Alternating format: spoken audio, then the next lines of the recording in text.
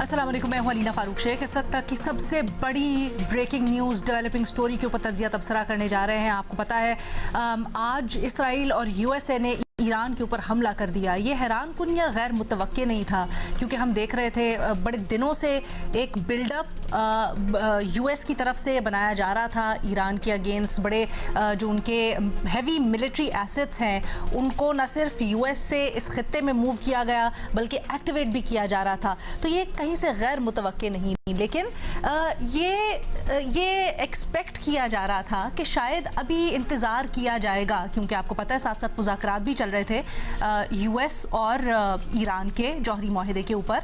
और पीर को यानी परसों ही वियना में एक और दौर होना था जिससे ऐसा तासुर मिलता था, और फिर ओमानी जो दरमियान में सालिसी कर रहे हैं उनकी बातों से भी कि शायद मामलात अभी चल रहे हैं। तो एक्सपेक्ट किया जा रहा था कि शायद अभी वेट किया जाए अमेरिका की तरफ से। लेकिन आज सुबह अमेरिकी सदर आए और उन्होंने ऐलान किया कि अब बस हो गई। ईरान के ऊपर न सिर्फ वो इसराइल के साथ हमला कर रहे हैं बल्कि उन्होंने अहदाफ भी बता दिए। उन्होंने कहा मिसाइल्स, नेवी, न्यूक्लियर एसेट्स जो बनाने की ख्वाहिश रखता है किसी चीज़ को नहीं बख्शा जाएगा। साथ ही साथ रिजीम चेंज ईरान में, इसकी तरफ भी डोनाल्ड ट्रंप ने अपने खिताब के अंदर या तकरीर के अंदर इशारा किया। ऑब्वियसली जब ये हमला हुआ ईरान ने रिटेलिएट किया, जवाबी कार्रवाई की, जिसमें ना सिर्फ इसराइल को निशाना बनाया गया जहाँ से पहले ईरान के ऊपर हमला हुआ, बल्कि खित्ते के अंदर मशरिक़ वस्ता के अंदर जो मुख्तलिफ बेसेस थी अमरीका की, जिससे मुतल्लिक पहले ही मुतनब्बे कर दिया था ईरान ने कि उनको निशाना बनाया जा सकता है, उनके ऊपर भी हमले किए गए। सऊदी अरब में, बहरीन में, यूएई में टारगेट्स को निशाना बनाया गया। बट अब ये सिचुएशन कहाँ जाती हुई लग रही है, इससे क्या एक्सपेक्ट किया जा सकता है? और पाकिस्तान के लिए तो ख़ास तौर पे all hell has broken loose quite literally, because हम देख रहे थे अफ़गानिस्तान के साथ ये जो मामला था इसके ऊपर पाकिस्तान एक्टिवली इंगेज्ड है। साथ ही अफ़गानिस्तान के बिल्कुल साथ ईरान का महाज भी अब खुल गया है। ये खित्ते के लिए क्या मानी रखता है, खित्ते पर क्या असरात होंगे, तमाम तर सूरत हाल पर गौर करते हैं। हमें ज्वाइन कर रहे हैं सारी डिस्कशन के लिए मज़हर अब्बास साहब, फ़खर दुरानी साहब, महमूद सरफराज साहब और सैयद मोहम्मद अली साहब भी हमारे साथ मौजूद हैं। मोहम्मद अली साहब, अब आपसे मैं गुफ्तगू का आगाज़ करना चाहूँगी, और आप अपनी तज्ज़ियाकार जो पॉलिटिकल एनालिस्ट हैं या जियो पॉलिटिकल एनालिस्ट की हैट के साथ साथ अपनी जो मिलिट्री एक्सपर्ट एनालिस्ट की हैट है वो भी पहन लीजिएगा, बिकॉज पहले तो हेल्प अस मेक सेंस, ये जो जवाबी कार्रवाई इस वक्त हो रही है ईरान की तरफ से, आपके ख्याल में इससे क्या एक्सपेक्ट करना चाहिए? इससे पहले कि हम असरात के ऊपर जाएं, आप क्या कॉम्प्रहेंड कर रहे हैं सारी सिचुएशन से कि अब ये कितना लंबा मामला चल सकता है, और ये जो अमेरिका और इसराइल की तरफ से अहदाफ बड़े क्लियर किए गए हैं, कितनी रिटेलिएशन आ सकती है ईरान से? बहुत शुक्रिया Alina. On a lighter note, मैं अभी देख रहा था परसों जो रिपोर्ट कार्ड में मुझसे सवाल किया गया था वो इन्हीं मुज़ाकरात के हवाले से किया गया था, और मैंने यही कहा था परसों, अगर आपको याद हो, कि ये मुज़ाकरात सिर्फ आई वॉश हैं और जंग जो है वो हम किसी भी दिन शुरू हो सकती है, जंग होनी है। तो मैं तो पहले एक्चुअली मुज़ाकरात की अहमियत बता दूं इस जंग के हवाले से भी।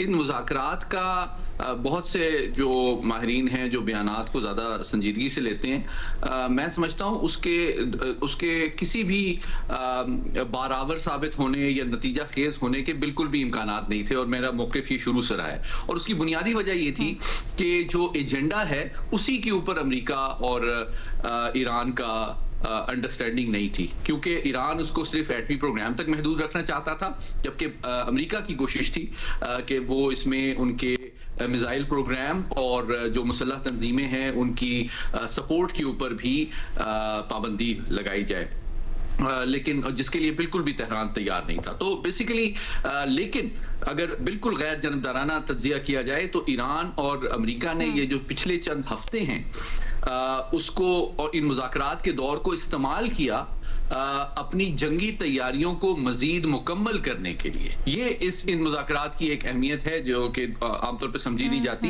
ईरान और अमेरिका दोनों को पता है और पता था कि जंग होने वाली है, लेकिन ये वक्त दोनों ने भी इनफरादी सतह पे अपनी जंगी तैयारियों को मुकम्मल करने के लिए इस्तेमाल। ऐसा इसके मैं क्विकली 2-3 सबूत आपको दे देता हूँ।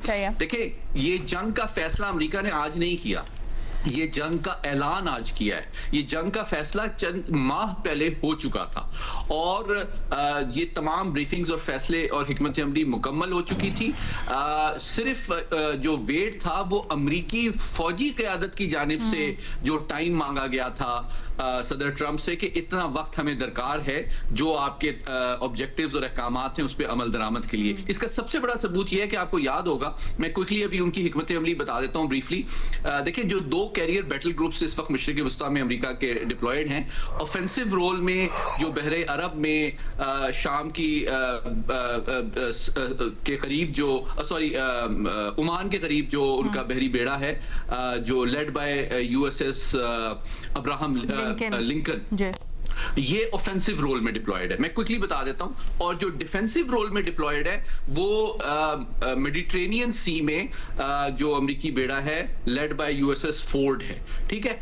और USS फोर्ड वो जहाज है जिसका पिविटल और क्रिटिकल रोल था जो रिजीम चेंज ऑपरेशन किया गया है हाल ही में वेनेजुएला में।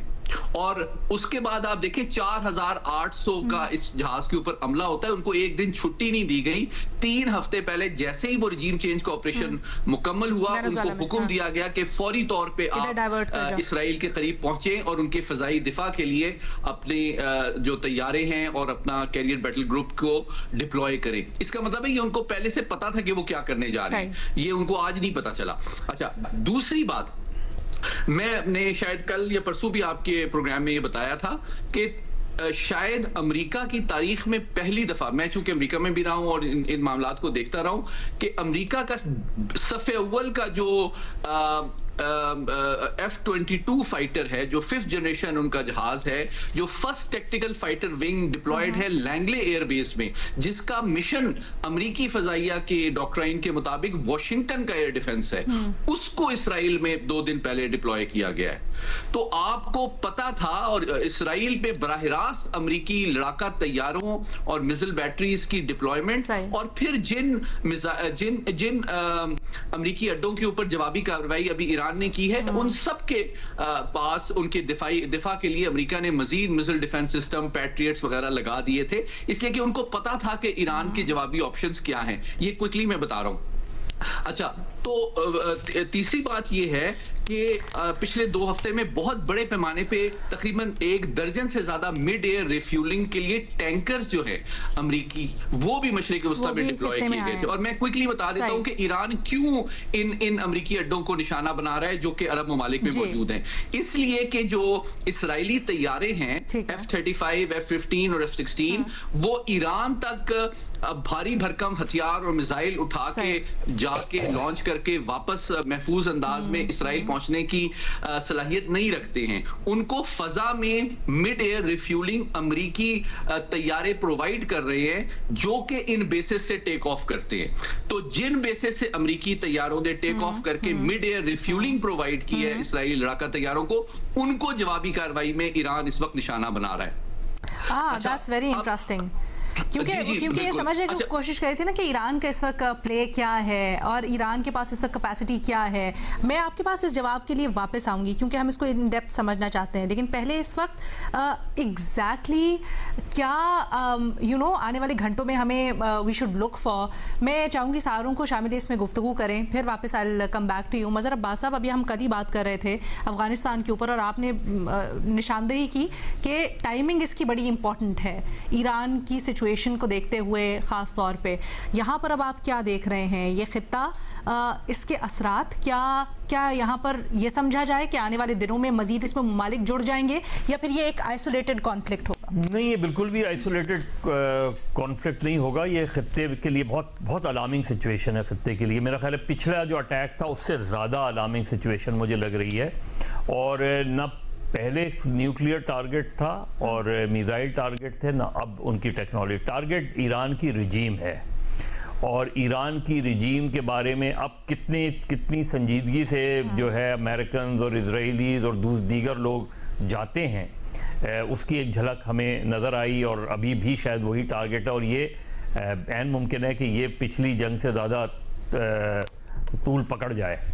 और कितना ईरानी रिस्पांस होता है ये बहुत इंपॉर्टेंट है कि कितना सस्टेन कर सकते हैं ईरान वाले, कितना रिटेलिएट कर सकते हैं। जाहिर है जो मुल्क जो है 40-45 साल से शदीद सैंक्शन में रहा हो, पिछले 45 साल से वो हालत जंग में रहे हैं उसमें, तो ये बहुत इम्पॉर्टेंट होगा कि ईरान की सस्टेनेबिलिटी कितनी है, कितना वो, जाहिर है एक बड़ी नेशन है, कौम है, जब जंग होती है तो मुत्तहिद हो जाती है, वो सारी चीज़ें अपनी जगह हैं, लेकिन क्या इतनी क़ुव्वत है ईरान में कि ये दिनों और हफ्तों सस्टेन कर पाएंगे, ये सबसे अहम सवाल है। और दूसरी ये कि ज़ाहिर है जिस तरीके से वो टारगेट कर रहे हैं, लास्ट टाइम अगर आपको याद होगा तो इज़राइल में एक पूरी मिसाइल की बारिश हो गई थी ईरान की तरफ से। इस मरतबा हमें कैलकुलेटेड नज़र आया, इस मरतबा हमें सिर्फ इज़राइल को ही टारगेट नहीं किया गया, और भी जगहों पे पहले के मुकाबले में ज़्यादा जो अरब कंट्रीज़ में जहाँ यूएस इंटरेस्ट हैं, यूएस बेसेस हैं, वहाँ उन्होंने टारगेट किया। अब जंग में प्रॉब्लम ये होती है कि जंग में आपको ख़बरें बहुत देर से मिलती हैं, एग्जैक्ट ख़बरें, कितना नुकसान हुआ, कितने लॉसेस हुए, ये हमें बिल्कुल बहुत ही स्केची सी ख़बरें मिलती हैं। लेकिन ये जंग अब मुझे फैलती हुई नज़र आ रही है, और इसमें जो सबसे बड़ी कैजुअल्टी हुई है जी, वो उस बोर्ड की हुई है जिसको हम बोर्ड ऑफ पीस कहते हैं, क्योंकि ऐसी जंग में बोर्ड ऑफ पीस क्या करेगा। ये तो मेरा ख्याल है कि पीस की सबसे बड़ी कैजुअल्टी नज़र आती है मुझे इसमें, क्योंकि अब गाज़ा बैकड्रॉप में चला गया, अब इस वक्त जो पाकिस्तान और अफगानिस्तान का कॉन्फ्लिक्ट था वो एक बैकड्रॉप में चला गया। उसमें मज़ीद साहब इफ़ आई में पाकिस्तान की ना इस वक्त एक रिप्यूट इंटरनेशनली कहा जाता है पाकिस्तान को द ट्रंप विस्परर। क्या आपको लगता है पिछले महाज की तरह जहां पर ट्रंप ने भी कहा कि पाकिस्तान का एक किरदार रहा चीज़ों को सॉर्ट आउट करवाने में, यहाँ पर पाकिस्तान एक किरदार अदा कर सकता है या होगा? देखिए अभी तो पाकिस्तान एक बहुत डिफ़िकल्ट पोजीशन में है। पाकिस्तान ठीक है, जैसे हमारे जो है वो नायब वज़ीर आज़म और वज़ीर ख़ारजा इसहाक़ डार साहब ने फ़ोन कर लिया ईरानी फ़ॉरेन मिनिस्टर को, लेकिन अगर ये लड़ाई एस्केलेट करती है, फैलती है, जो आपको और बात जो कि नज़र आता है, और बात अगर रिजीम चेंज तक की तरफ चली जाती है उसमें, तो फिर पाकिस्तान को एक पोजीशन लेनी पड़ेगी। फिर पाकिस्तान क्या पोजीशन लेगा वो बड़ा ट्रिकी सा क्वेश्चन है। जाहिर है इस वक्त जो अमेरिकन इन्फ्लुएंस है, इस वक्त डोनाल्ड ट्रंप का जो रोल है, और डोनाल्ड ट्रंप ऑल आउट जा रहे हैं, बल्कि जबकि ग्लोबली आप देखें कि रूस